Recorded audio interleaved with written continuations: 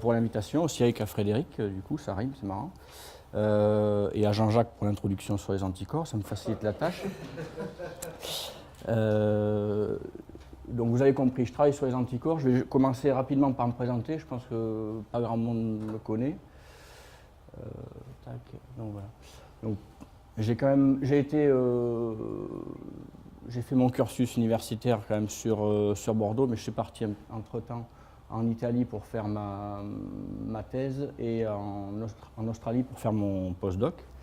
Et j'ai travaillé essentiellement en immunologie, donc ici avec un travail il a fait donc en collaboration, je ne sais pas si ça marche du coup, si. Un travail fait en collaboration avec donc l'université à Pérouse sur le contrôle de la réponse immunitaire en réponse au LPS, un composant bactérien, dans la compréhension des mécanismes de la tolérance. Donc voilà, ça c'est mon background, disons immunologie, et j'ai un petit peu travaillé en onco pendant mon parcours en Australie en postdoc. Donc mes deux expertises, si j'en ai, c'est l'immunologie et le métabolisme du tryptophane. Donc je vous dis ça parce que ça définit après ce sur quoi on se concentre dans l'activité d'Immusmol. D'ailleurs, si j'ai une correction à apporter sur le dépliant là, du CIRIC, je suis présenté comme université, donc c'est au nom d'Immusmol que je parle. Tac. Donc non, ça ne marche pas, c'est pas la peine. Bon, je sais pas, c'est bizarre. On voit pas tout. Attends.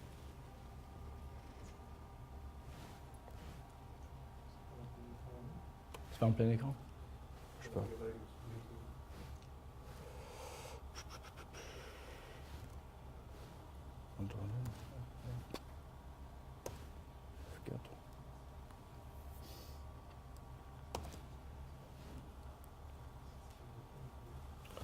Je vais regarder, ce sera plus. Donc non pas contre des protéines comme vous utilisez en routine, mais plutôt contre les petites molécules. Donc là c'est pareil, on a un peu la même difficulté que les aptamères. Il faut évangéliser sur l'utilisation, c'est-à-dire que les anticorps pour les petites molécules ne sont pas très connus et très connus et maîtrisés de façon générale. Donc on s'est positionné sur cette niche-là. Donc les plus connus sur les anticorps petites molécules, c'est ceux qui sont dirigés contre les neurotransmetteurs, la dopamine ici. Oh punaise, c'est quand même pas de pratique, quoi. Ouais, je suis désolé. Donc avec des applications en santé humaine pour la détection tout simplement sur tissu, en sécurité alimentaire pour des dosages ou en monitoring environnemental pour doser des pesticides notamment. Je ne sais pas quoi faire. Bon, je vais faire comme ça. Donc les anticorps petites molécules au même titre que les anticorps protéines, parce que du coup je vais faire l'analogie avec cela comme Jean-Jacques faisait entre les aptamères et les anticorps, donnent les mêmes propriétés, c'est-à-dire qu'ils permettent quand même de détecter une petite molécule sur un tissu, ils permettent de quantifier une molécule dans un fluide, et ils ont aussi des propriétés de modulation. Donc ça c'est encore plus restreint comme marché, puisqu'il n'y a qu'un anticorps thérapeutique dirigée contre une petite molécule qui est en développement clinique. C'est une molécule impliquée dans. On fait des anticorps contre les petites molécules pour différentes applications, avec des différentes utilisations possibles que je vous ai déjà présentées. L'immunodétection, la quantification basée sur des méthodes ELISA, assez, disons, simples mais robustes, et des utilisations pour modulation thérapeutique. Donc là, c'est un peu plus confidentiel comme marché. Donc voilà, donc là, je vais vous présenter juste une partie de nos activités R&D, donc cofinancées par les institutions publiques. Et donc le programme est dans le contexte de l'immunothérapie en oncologie. Donc, le contexte scientifique, donc, vous savez qu'une cellule tumorale, pour qu'elle puisse progresser, a besoin de s'échapper du système immunitaire, donc elle utilise différents mécanismes. qui sont targetés par plein d'anticorps en ce moment, anti-PD1, PDL1, CTLA4, vous avez dû en entendre parler, donc ça s'appelle les immune checkpoint inhibitors. Il y a une autre voie métabolique qui participe aussi à cet échappement immunitaire, c'est le métabolisme du tryptophane, donc qui est médié par différentes enzymes, donc IDO1, IDO2, TDO2. Donc IDO, c'est pour indoléamine 2,3-dioxygénase. Donc de façon simple, cette enzyme prend le tryptophane dans le milieu extracellulaire et le transforme en une série de métabolites qu'on appelle l'équinurénine. Donc ces enzymes se trouvent surexprimées dans certains types de cancers et sont aussi exprimées en réponse à un stress inflammatoire par certaines cellules immunes, généralement les cellules dendritiques. Donc ces métabolites sont sécrétés par soit la cellule tumorale, soit par la cellule dendritique et vont aller targeter les cellules immunes effectrices, les T, les NK, etc., pour réprimer le système immunitaire. Donc il y a pas mal de pharma qui s'intéressent à inhiber cette voie enzymatique par une approche small molecule. Donc il y a New Link qui vient de faire un deal avec Roche, toujours les mêmes, on parle toujours d'eux, j'ai l'impression. Donc le deal juste sur la molécule, ils ont fait un deal à 1 milliard quand même, donc c'est pas négligeable. Donc il y a d'autres boîtes, il y a une boîte belge, donc Iteos, qui vient de faire un deal avec Pfizer, et Incyte qui fait des deals avec tout le monde, MedImmune, Amplimmune, c'est le même consortium, AstraZeneca, mais aussi BMS. Donc nous, on a voulu baser, disons, sur notre expertise du développement anticorps dirigé contre les petites molécules. On profite du créneau en disant, finalement, il ne faut pas bloquer toute la voie métabolique, il faut simplement bloquer de façon spécifique les molécules qui portent l'activité immunosuppressive de la voie. Donc il y a 3 molécules qui ont été identifiées dans des travaux antérieurs. Donc la L-kynurénine, donc ça c'est ce sur quoi moi j'ai travaillé pendant ma thèse, qui agit comme un ligand d'un récepteur intracellulaire, l'AHR, qui est un récepteur aux polluants en principe, mais qui a aussi des propriétés immunomodulatrices importantes. L'acide 3-hydroxyantranilique, qui est un autre métabolite, donc, qui a des propriétés plutôt oxydantes au niveau des cellules immunes, et l'acide cinabarénique, qui lui intervient dans la différenciation lymphocytaire. Donc on ne sait pas à l'heure d'aujourd'hui si c'est la combinaison de ces métabolites immunosuppresseurs qui donne la propriété immunomodulatrice à la voie ou si c'est un métabolite qui porte l'activité de façon préférentielle. Donc l'idée qu'on a eue, c'est de développer des anticorps pour chaque métabolite et de tester l'activité inhibitrice. Donc pour, in fine, bien sûr, restaurer la réponse immunitaire de l'autre contre la tumeur. Donc ça, non en monothérapie, mais surtout en combinaison avec des agents qui induisent une réponse immune, donc soit la chimiothérapie, mais surtout les immune checkpoint inhibitors.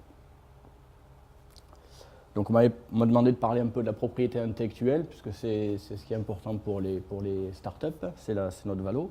Donc ces anticorps et la preuve de concept que je vais vous présenter juste après ont fait l'objet d'une première génération de brevets où on a protégé de façon assez large l'approche thérapeutique, l'utilisation d'anticorps contre métabolite du tryptophane pour une application thérapeutique et l'utilisation des anticorps pour une approche diagnostique, c'est-à-dire détecter les patients qui présentent une accumulation de métabolites au sein des tumeurs ou une augmentation des métabolites au niveau périphérique, puisqu'on ne sait pas encore à l'heure actuelle quel est le compartiment qui joue le rôle le plus important dans l'immunosuppression. Donc on a eu un deuxième brevet, donc un brevet deuxième génération, sur les méthodes qui permettent d'utiliser les anticorps dans un contexte ELISA avec une méthode de dérivation de l'échantillon. Voilà. Donc ça, c'est le travail qu'on a réalisé sur des sections humaines de 2 types de cancers, le cancer colorectal et le cancer mammaire, où on a fait à partir de tissus microarrés. Il s'avère que ce n'était pas forcément la façon la plus intelligente de screener les patients, puisqu'il y a une hétérogénéité au sein des sections. Et quand bien même, on arrive à observer des patients qui présentent aucune présence de métabolites. Donc là, on a détecté la kynurénine, qui est le premier indicateur d'activation de la voie. Donc patient, disons, négatif et patient positif avec un score qu'on a déterminé avec les anatomopathologistes à 2. Donc il s'avère que dans les cancers colorectaux, on a 20% de patients qui présentent une surproduction de métabolites, alors que dans les cancers mammaires, on a 26%, donc des pourcentages assez similaires. Donc ces résultats viennent d'être acceptés dans PLOS ONE. Et en parallèle, on a mis au point aussi l'utilisation de cet anticorps sur un système automate. Donc je ne sais pas si les aptamères ont déjà fait ça, pour du screening au débit. Donc ce qui a été assez intéressant, d'ailleurs ce qui nous a un petit peu compliqué d'ailleurs le travail pour la publication, c'est que finalement, comme je vous ai dit, ces métabolites sont produits par une enzyme. Enfin, oui, une enzyme, donc l'enzyme limitante de la voie, donc IDO1. Donc on a aussi passé les mêmes échantillons avec un anticorps anti-IDO1, et il se trouve qu'on n'a pas une stricte corrélation entre l'enzyme et le métabolisme. Donc ça, il a fallu l'expliquer par différents moyens.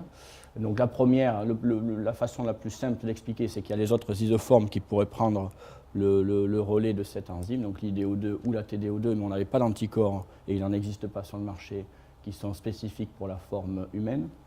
Par contre, là où c'est intriguant, c'est le fait que pour certains patients, on a l'expression de l'enzyme, mais par contre, on n'a pas de production du métabolite.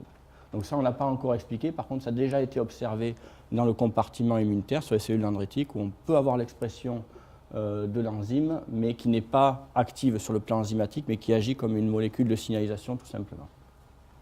Donc l'approche anticorps petite molécule permet, en parallèle d'une approche anticorps anti-enzyme, de compléter ou d'aborder les activités métaboliques, donc ce qui peut être un avantage. Donc avec cette stratégie de quantification, on peut définir des strates de patients, donc IDO high pour l'enzyme et KIN low, etc.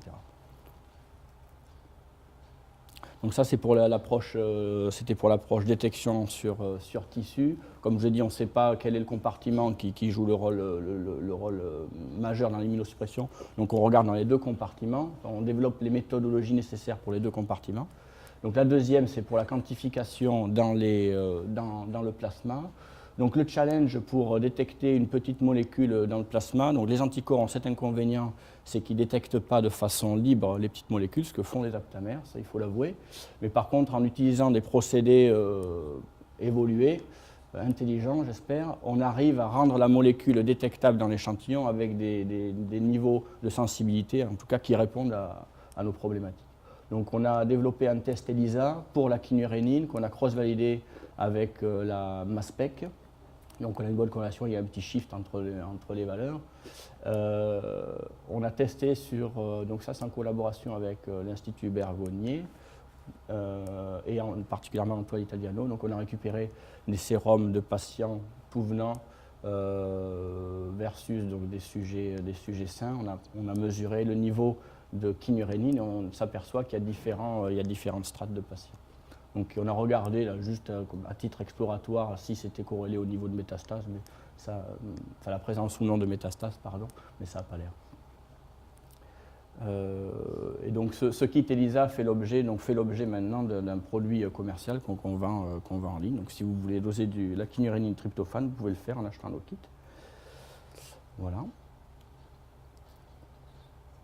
Et donc ça, c'est pour l'application thérapeutique. Donc ça, c'est une preuve de concept qui a 1 an. Donc je ne vous montre pas les dernières données, puisqu'on est revenu un petit peu en arrière. Donc on a... L'idée, ce qui avait déjà été présenté, c'est que l'utilisation d'inhibiteurs anti-IDO, qui était présenté comme une des stratégies innovantes en immunothérapie, était toujours combinée avec de la chimiothérapie, et notamment l'oxaliplatine.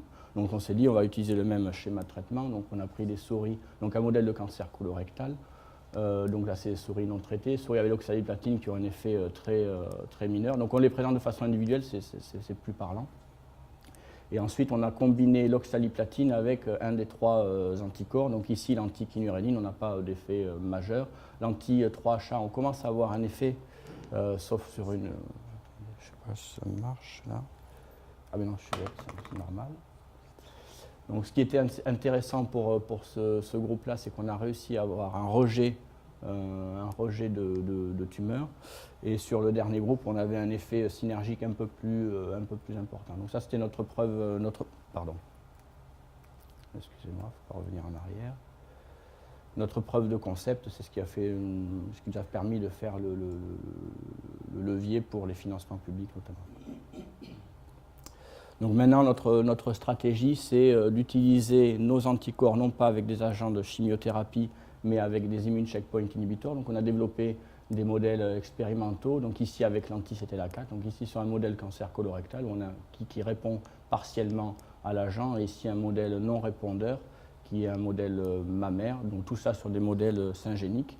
Et donc maintenant, au lieu de mettre pour l'instant en combinaison avec nos anticorps, puisqu'on a discuté pas mal avec les industries pharmaceutiques pour le projet, et donc ce qui nous a été reproché, c'est qu'on ne connaissait pas assez bien l'implication de la cible, donc à la fois de l'enzyme mais aussi des métabolites, dans la progression tumorale. Donc on revient en arrière sur la compréhension justement de ces molécules, mais dans le contexte immune checkpoint inhibitor, parce que ça a été décrit comme mécanisme de résistance, et on a bien fait, puisque finalement on définit différents métabolites importants, etc.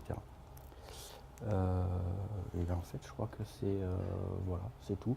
Donc juste pour vous dire à la fin qu'on a, donc, en plus de notre activité de R&D, donc on a fait un effort de développement en anticorps pour des applications de recherche, donc surtout les anticorps dirigés contre les métabolites du tryptophane, mais maintenant aussi contre des neurotransmetteurs, donc qui sont disponibles sur notre catalogue de produits en ligne.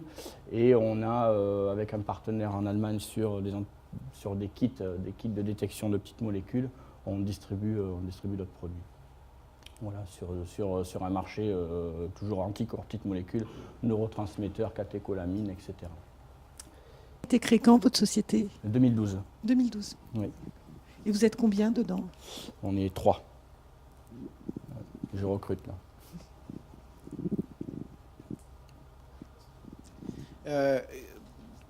Par rapport au dosage sérique de la petite molécule, est-ce qu'il y avait une corrélation avec le pronostic de survie des patients? On est en train de le faire là, de regarder. On n'a pas encore les données.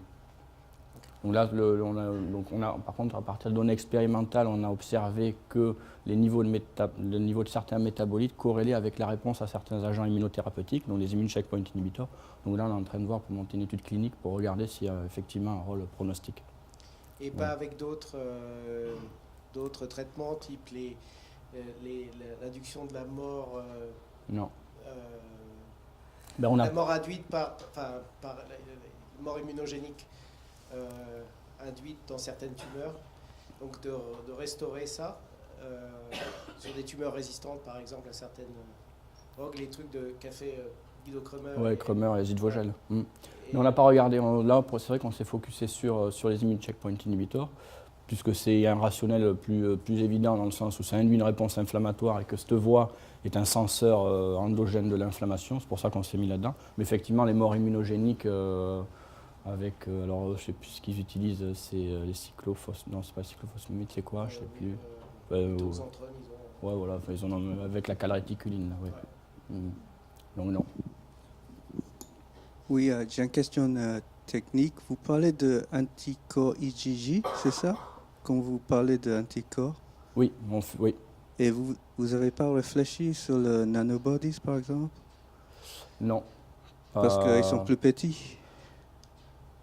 Oui, effectivement, oui, tout à fait. Nous, on n'a pas travaillé sur l'optimisation de l'anticorps, de sa taille, etc. encore. Pour l'instant, le travail qu'on fait, c'est identifier vraiment la cible, enfin le métabolite clé pour un effet thérapeutique.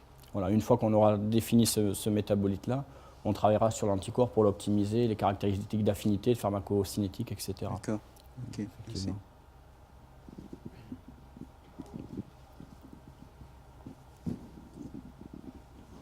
Oui. Quel est le taux de succès pour la génération d'anticorps contre des petites molécules?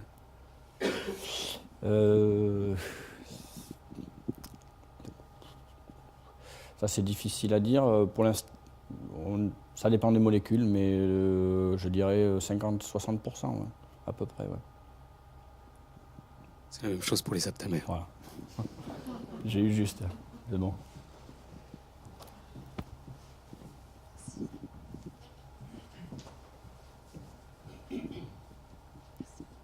J'avais J'avais une question concernant la technologie. Alors, si j'ai bien compris, on parle d'anticorps monoclonaux principalement, là. Alors pour les applications effectivement thérapeutiques, on utilise des anticorps monoclonaux. Mais après pour les applications de détection, même de dosage, il s'avère que finalement les anticorps polyclonaux, qui ont de meilleures affinités souvent, puisqu'on les fait chez le lapin, répondent mieux aux problématiques. D'accord, donc j'avais plusieurs petites questions, peut-être qu'on pourra en discuter après. Mais une première, c'est au niveau technologique, au niveau des anticorps monoclonaux, vous utilisez quelle technique? Les phages display? Ou vous les produisez après en CHO ou... Alors on utilise Köhler-Milstein, classe immunisation et sélection des hybridomes classiques, vous faites? Hybridomes classiques, exactement. Vous le faites chez le lapin aussi? Non, mais alors on aimerait bien. Mais ouais, chez la souris, on est bloqué chez le lapin.